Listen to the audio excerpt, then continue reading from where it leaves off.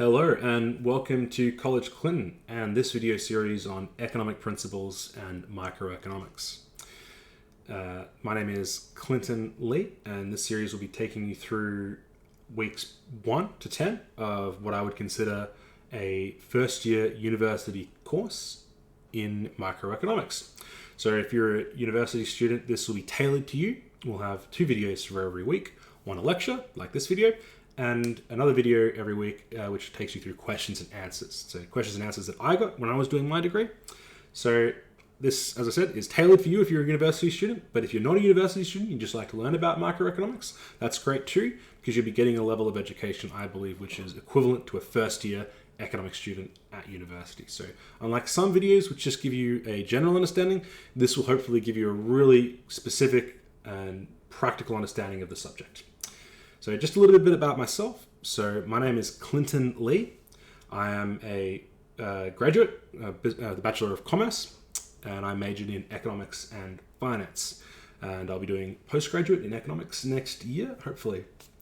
So thank you very much, and hopefully this video series is very useful for you. So let's get started in what we're going to be doing in this first lecture, which will cover what you will be doing at week 1 at university in studying economics. So this week we're going to define what economics is. We're going to go over a concept called gains from trade, which links into rational self-interest, the very important concept of opportunity cost, and we're also going to introduce the production possibilities curve. Okay, so we're not even going to we're not even going to look at demand and supply yet. We'll leave that for next week. This is just our nice, gentle introduction to the concept of economics, where we've just got to do some house cleaning. We've got to define it. We've got to understand opportunity cost and the concept of gains from trade being a win-win. Some things like rational self-interest and also the production possibilities curve. So next week we'll be doing demand and supply. So let's start off with defining economics. So what is economics? So now some of you may have heard lots of different things about economics. You might have heard different fields of economics.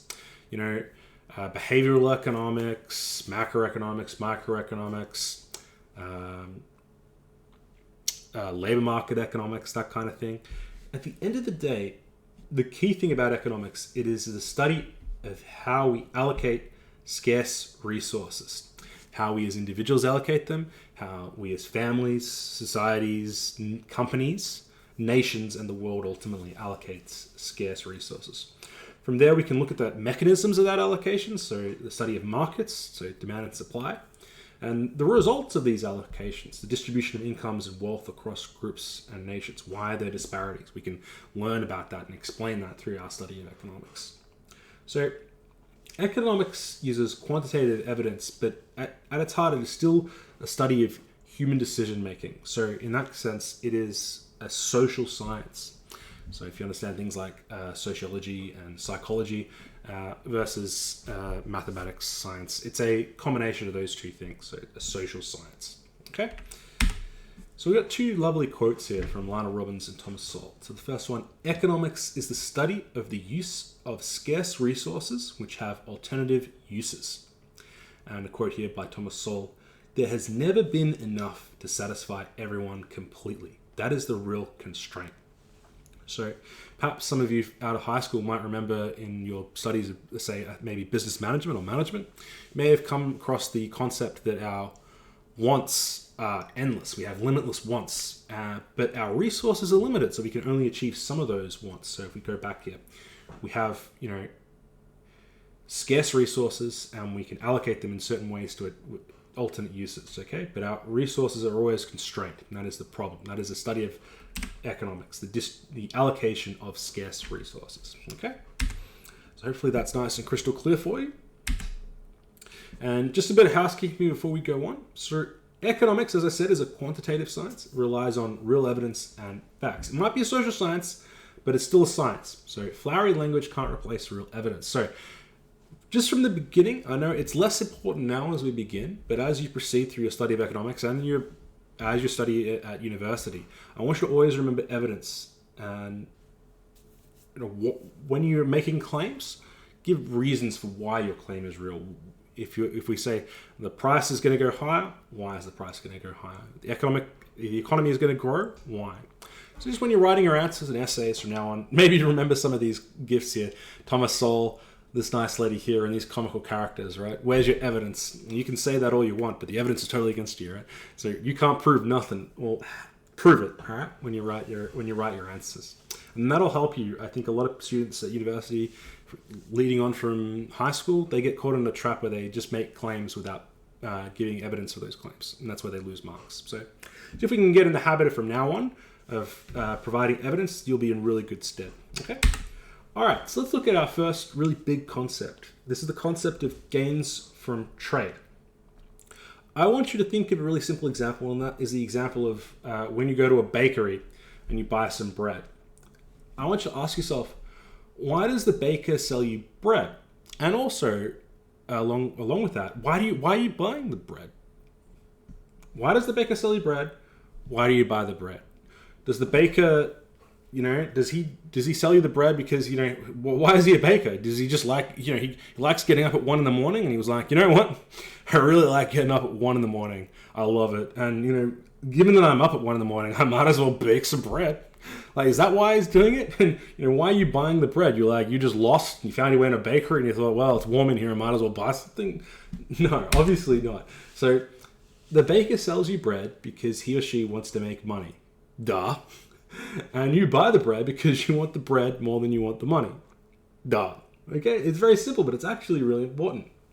Because you and the baker both think you're benefiting from that voluntary transaction. Right? And here, guess what? You're both right. You both benefit. Both you and the baker are benefiting. So it is actually a win-win. You both benefit. You want the bread more than you want the money. The baker wants your money more than he wants to stay home and not bake bread. It's a win-win. You're both earning at it. You're both better off than you were previously. And you both weren't, no one forced you to enter in this transaction. It was a purely rational transaction. And you weren't motivated by helping the baker. You just wanted to get some bread. And the baker's not motivated. The baker doesn't sell you bread because, he's like, I'm really concerned people don't have bread. No, he wants to make money. Yet you're both helping each other. It's a win-win.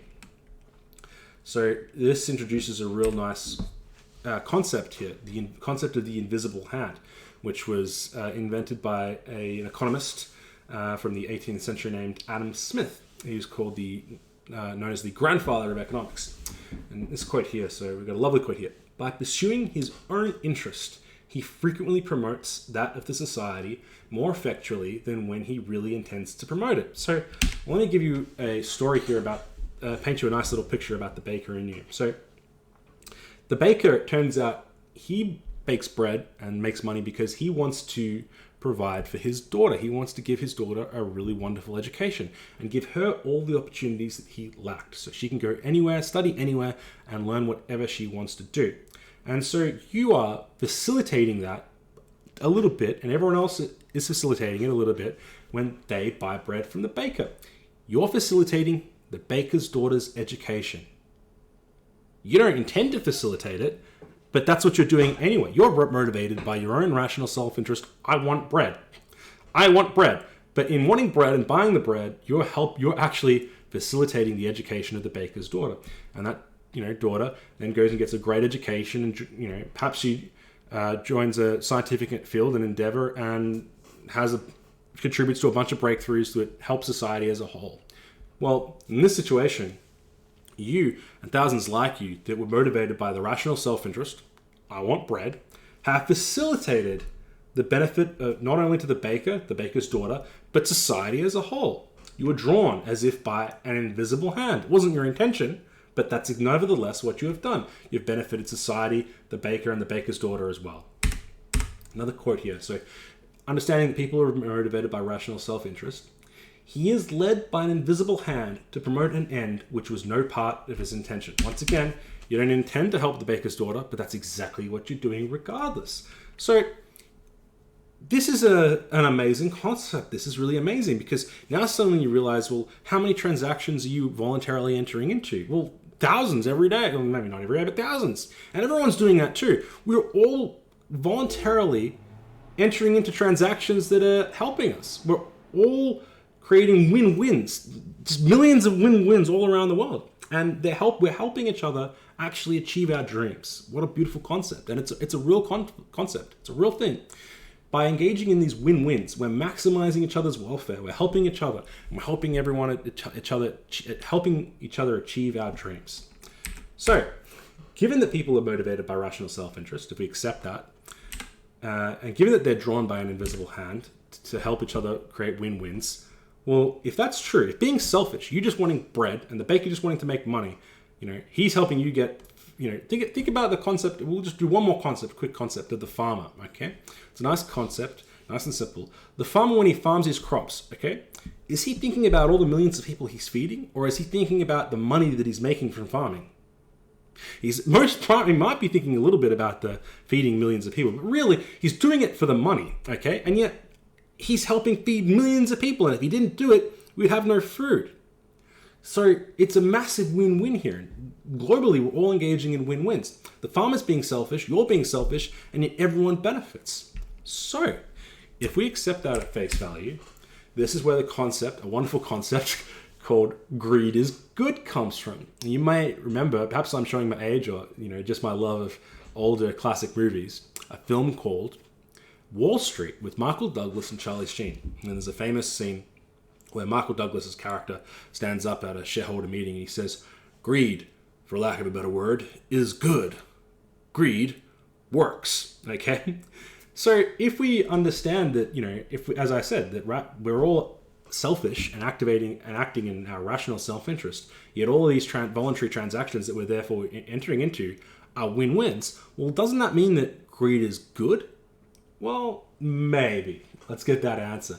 Somewhere in there, maybe you all intuitively understand there might be something a little bit wrong with that, right? So I'm not sure. Perhaps a lot more of you have seen the movie The Wolf of Wall Street instead of the film Wall Street, right? Some of these funny gifts, right? The real question is, was it all legal? Okay. And I've got a wonderful clip that I want you to watch. Don't worry, it's not Marco Robbie. I got a wonderful clip coming up next that I think illustrates this point really well, and we can unpack it and really dive into whether greed is good and self-interest and whatnot. All right. How you doing today? You mailed in my company a postcard a few weeks back requesting information on penny stocks that had huge upside potential with very little downside risk. Does that ring a bell? Oh, yeah, I may have sent some. Okay, great. Well, reason for the call today, John, is something just came across my desk, John. It is perhaps the best thing I've seen in the last 6 months. If you have 60 seconds, I'd like to share the idea with you. You got a minute? Name of the company, Aerotine International. It is a cutting-edge, high-tech firm out of the Midwest awaiting imminent patent approval on a next generation of radar detectors that have both huge military and civilian applications. Right now, John, the stock trades over the counter at 10 cents a share. And by the way, John, our analysts indicate it could go a heck of a lot higher than that. Your profit on a mere $6,000 investment would be upwards of $60,000. Jesus, that's my mortgage, man. Exactly, you could pay off your mortgage. This stock will pay off my house. John, one thing I can promise you, even in this market, is that I never ask my clients to judge me on my winners.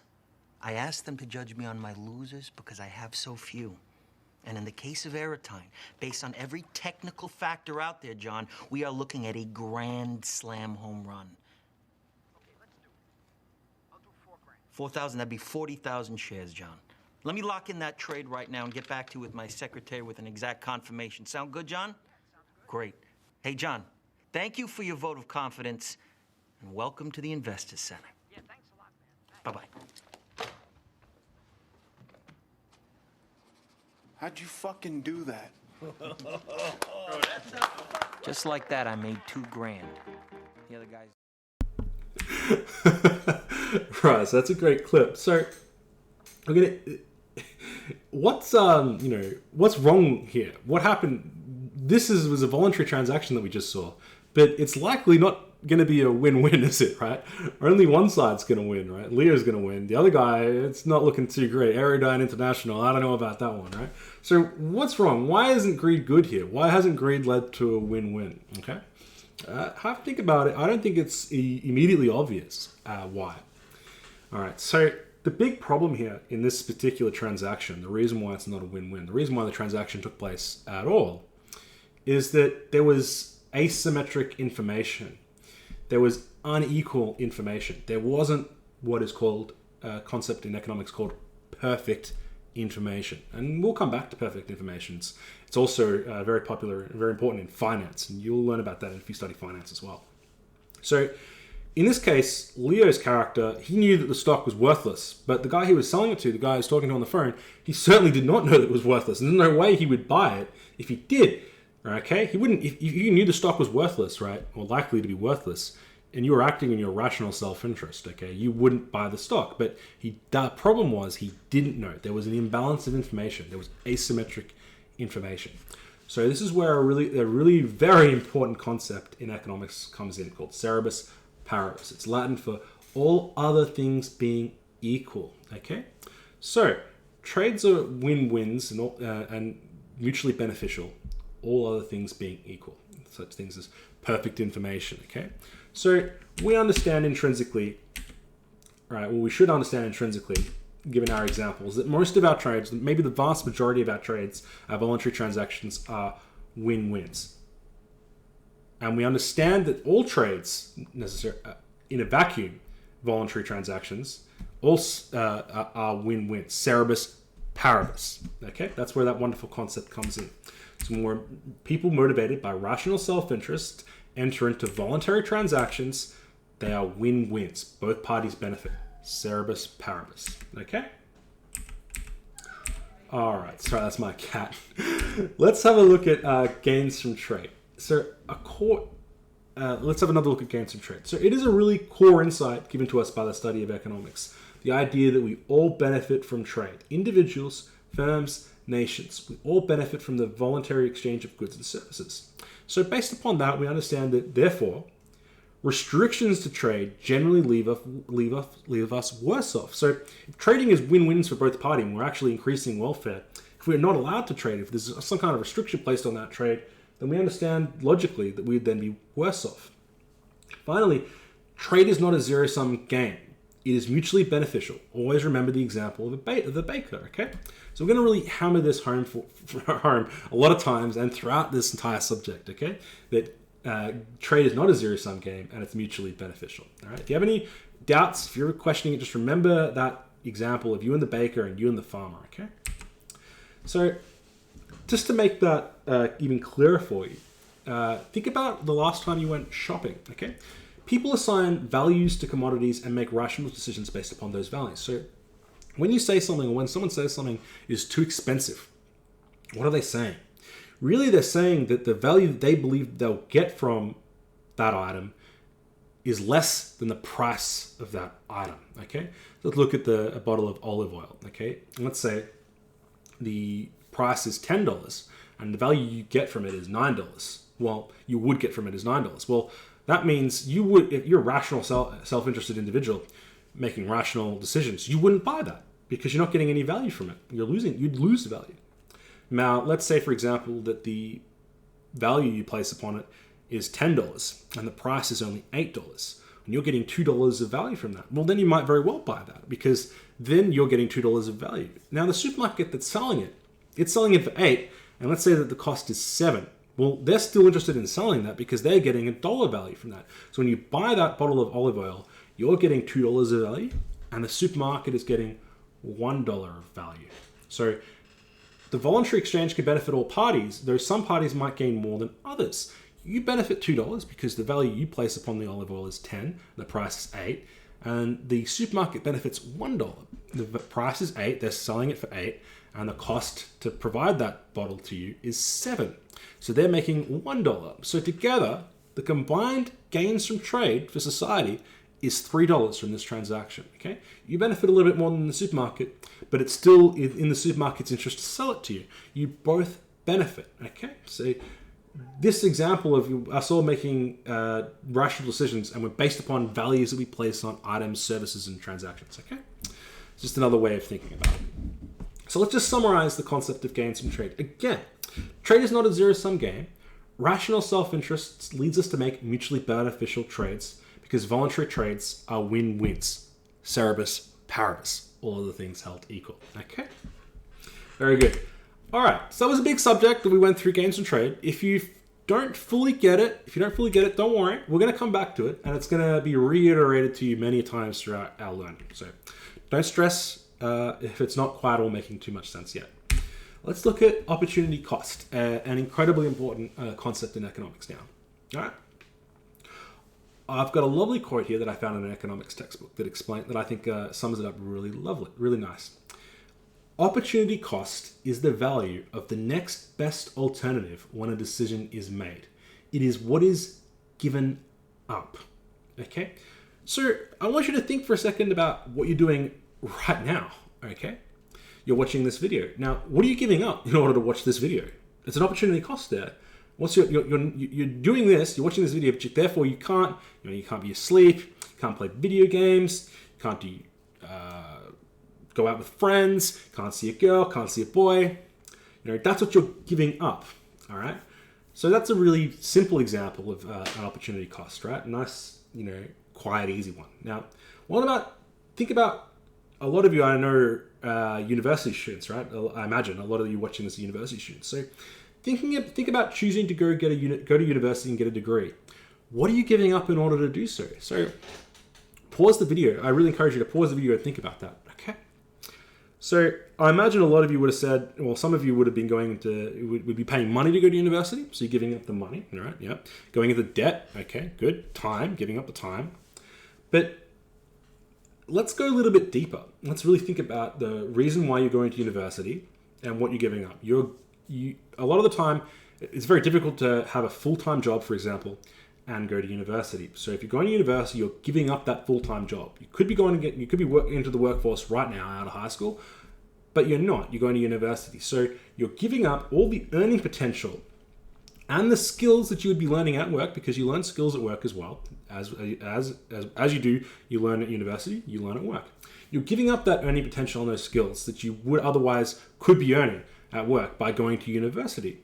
Now, what's the reason you're doing that? Well, you're going to university to gain skills and get credentials that you believe will help maximize your earning potential over the course of your life. And you believe rationally, because you're acting in self-interest, that that money that maximized earning potential will more than make up for, and hopefully it will, more than make up for the lost earnings and skills that you would have got had you just entered the workforce. So suddenly the choice, opportunity cost is a real big deal, isn't it, right?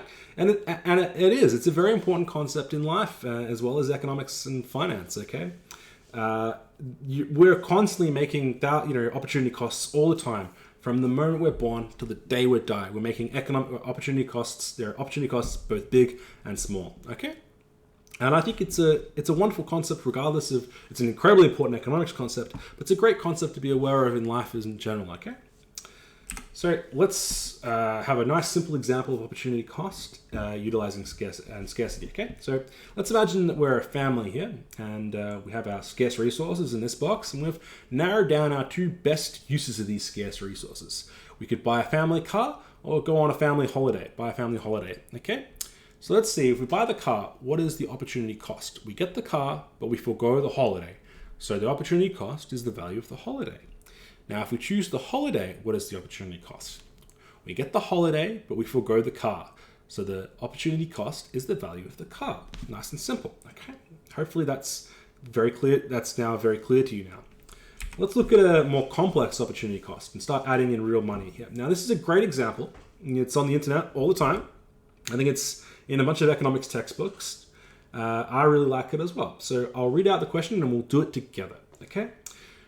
You won a free ticket to see an Eric Clapton concert, which has no resale value. Bob Dylan is performing on the same night and is your next best alternative activity. Tickets to see Dylan cost $40. On any given day, you'd be willing to pay up to see $50 to see Dylan. Assume there are no other costs of seeing either performer. Based on this information, what is the opportunity cost of seeing Eric Clapton? Is A $0,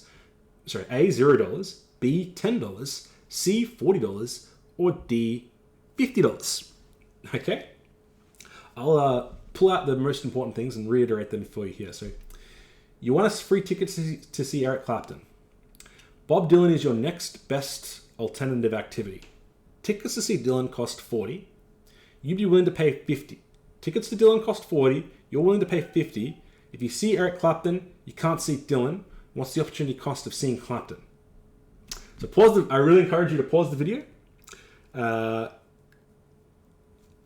and come up with an answer. Lock it in, all right? And post right now in the comment section, or post in the comment section what you get, all right?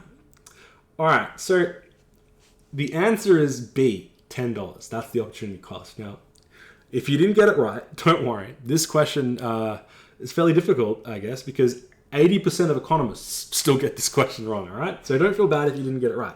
I'll explain why. So remember, opportunity cost is all about, defined as the value of the next best alternative when a decision is made. It is what is given up. Okay, so you get the ticket to see Eric Clapton, and Bob Dylan is performing on the same night. So you can see Eric or you can see Dylan, all right? See Clapton or see Dylan. Tickets to see Dylan cost $40. You're willing to pay $50. So the value of seeing Dylan to you is $10. So it's called the surplus value. That's another thing we'll talk about later. But just think about the value here is $10. Now, if you see Clapton, you can't see Dylan. So what do you give up? What's the value of what you give up by seeing Clapton? Well, it's that $10 of extra value that you give up. Seeing Clapton means you give up on that $10 of surplus value. And that $10. So the opportunity cost of seeing Clapton, $10. All right? Hopefully that's a little bit more clear for you. I think it's a great example. And if it's not abundantly clear for you right now, if it's only just starting to make it be if it's still a bit murky, don't stress. We're going to have so many examples of opportunity costs, particularly in the next video, which is the question and answers video. We're going to go through so many examples of opportunity costs. And it's something that is throughout the whole university course and throughout all of economics, you're going to be learning about it. So don't stress. All right, so let's have a real world big example of opportunity costs. So that's more important than say, what we give up when we see Clapton instead of Dylan, all right? So some of you might be aware of a conflict in Colombia between far left militants and revolutionaries, I think called FARC, and the government there. And this conflict is really tragic. It's claimed lives, I think thousands of people. It's like narco-terrorists are involved. A lot of innocent people die, ransoms, abductions. It's really nasty. Now, the conflict in Colombia, obviously, if you're the Colombian government, and even if you're the American government, because this affects the America with the narco trade, the export of cocaine, this is something you want to deal with, both on practical and humanitarian grounds, right? So it's a real human tragedy. So, what has this got to do with opportunity cost? Well, it turns out the price of coffee and revolutionary activity are intrinsically linked. Now, you might be thinking, how is this the case? Think about it for a second. Maybe pause the video. It's not obvious. I'll give you a little bit more information. The biggest cash crop, the most important cash crop in Colombia is coffee beans. Maybe that makes it a little bit more easy. Pause the video and see if you can start to formulate the links in your mind as to why the price of coffee and revolutionary activity are linked. Okay? So it turns out that FARC and these revolutionary groups, these far-left revolutionary groups, operate in remote areas of Colombia, where populated by a lot of poor farmers that are really struggling to get by. And the best cash crop is coffee. So if you're a farmer and the price of coffee is really low, and you're just scraping by, and you're not really providing for a good life for yourself, and you don't think your children's lives and your wife's life are going to be better, well, going off and joining a revolutionary group and committing murder and terrorism and suddenly becomes a lot more attractive, doesn't it? Okay, you might make a lot of money selling being a narco-terrorist, exporting drugs to the United States and committing violence against the government and that kind of thing, and you might think that might be your only way out to provide a good life for your family when the price of coffee is really low. So, but when the price of coffee is really high, well, suddenly, you can provide a good life for your children and family when the price of coffee is high. Well, you'll give it by joining a narco-terrorist group. Suddenly, the opportunity cost is really significant. Okay, it's a really good life with your family that you're giving up to go be a terrorist. Okay, suddenly opportunity cost is really high. You might think twice about doing it. And indeed, a lot of people do think twice. A lot of these farmers do think twice. So in the years in which the price of coffee is high, revolutionary activity is low. In the years in which the price of coffee is low, revolutionary activity is high. Now, this is really important information if you're from the point of view of the government of Colombia. Rather than funding, the army and police to go fight these terrorists, that's got a cost of its own. People dying, there's a human cost to that. What if we just subsidized coffee? What if we just artificially increase the price of coffee? And so we're encouraging people to farm coffee instead of commit narco-terrorism, right? Now, there are problems with subsidization, and we'll get into those kind of things later on in the subject. But from a policy point of view, that's a really huge thing, right? Imagine if you could simply just manipulate the price of coffee, and you could put out of business narco-terrorists just by, manipulating the price of coffee. And it's all because of opportunity cost. If you understand the concept of opportunity cost, and then you suddenly can put an end to a lifetime of cycles of suffering, right? Amazing, isn't it? And this is a real world example. It really is true. And this is a great example, I think, of opportunity cost in the real world, a big macro example of opportunity cost, and also an example of why the study of economics is so important and how far-reaching the study of economics can be. So this example was given to me in 2017 by my university lecturer, and I think it's a really good one. So, yeah. Just again, so are people always rational? Not necessarily, but but people are more rational than you really think. Okay, and as long as they generally act rational, the concept is still very useful. Remember cerebus paribus. Okay, so let's just summarize opportunity cost. So opportunity cost is the value of the next best alternative when a decision is made. It is what is given up. Opportunity cost, as we learned about, is directly related to scarcity. Opportunity cost has infinite real-world examples that occur both in everyday life and at the highest levels of power and importance. It's relevant to you and what you're doing now. It's relevant to you and your big choices of where to go and work and where to learn. It's relevant to governments, industry, companies, everyone. Okay? All right, now let's have a look at our final concept, the production possibilities curve for the economy. It's a much smaller concept that we'll just scrape the surface of. So the production possibilities curve, it's the maximum amount that can be produced using the available resources. It shows what is attainable and what is unattainable, okay? So let's look at our production possibilities curve here. Now let's have a real simple economy, a real nice simple economy for a country that only produces butter and guns. And this country has these 4 points here. A, it's inside the production possibilities curve, okay? We're producing an inefficient allocation of resources. This much butter and this much guns, but we could be producing more guns and more butter. Let's look at C, and this whole production possibilities curve here, C and B. At C, we're producing some guns, lots of guns, and some butter, but it's still an efficient allocation of resources. B, we're producing lots of butter and some guns, and it's still efficient, okay? And D is further out on the production possibilities curve, okay? It's unattainable. We can't do that yet. But how do we increase the production possibility? How do we expand that curve? So there's several things we can do. Technological change will expand it. Trade will expand it. Discovery of new resources, migration, and population growth. These are all factors that will increase it. So let's have a look, for example. Let's have this new graph. Suddenly, D is now attainable. Now, that could be because we've suddenly technological changes come through and made all our factories more efficient. All right, let's have another look. Discovery of new resources, for example. If we find a new iron mine, suddenly we can make guns and butter more efficiently. Migration. Let's imagine our economy is doing really well. We're selling lots of guns and butter, and millions of people want to come to our country for whatever reason because they love making guns and butter.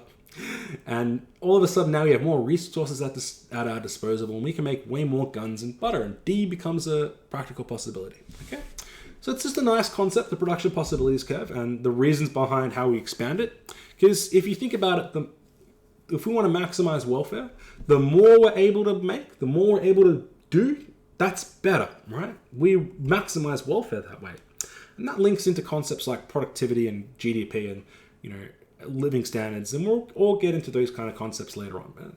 I think a good place to start And me teaching you this is based upon the way I was taught at my university, and obviously they thought this would be a good place to start, and I agree with them. Okay, it's just a nice little concept to start with, and that's it for week 1. How easy was that? We defined economics. We learnt about scarcity. We now understand, hopefully, the concept of gains from trade and why voluntary trades are win-wins. We now know about the concept of opportunity cost and how important opportunity cost is. And we've introduced the concept of the production possibilities curve. So I think economics is fun. I think it's a really interesting subject. If you're feeling overwhelmed at university, don't worry. Get calm. Study economics. Week 1 is a stressful time, but it'll all become much clearer later on. So I love economics. I think it's a wonderful subject.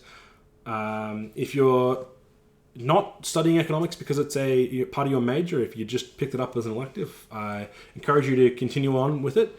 I think it's I think that the example of the Colombian example, the price of coffee versus revolutionary activity, I think that's just a small example of how powerful economics is. It affects us all around the world and every day. It's an incredibly important subject, and if you can harness that power and you can harness your understanding of economics, you can accomplish great things. So, yeah, I got a funny little quote here I'll read out to you to hopefully inspire you to study economics. With the power and understanding of concepts like opportunity cost, you can do things as awesome and fulfilling as crushing violent revolutionaries in Colombia, putting an end to a cycle of vicious suffering and early death, and all through the manipulation of something as simple as the price of coffee beans. Okay? So think about that when you're studying economics, and we'll get into concepts like the demand and supply next week. And also our next video will be a Q&A, where we go through some university questions and we'll answer them. Okay? So thanks so much, guys. Stay safe. Good luck out there, and I'll see you in the next video, okay? Now, if you have any questions, you can email me. I'll put my email on the next slide for you, all right? All right, take care. Good luck out there.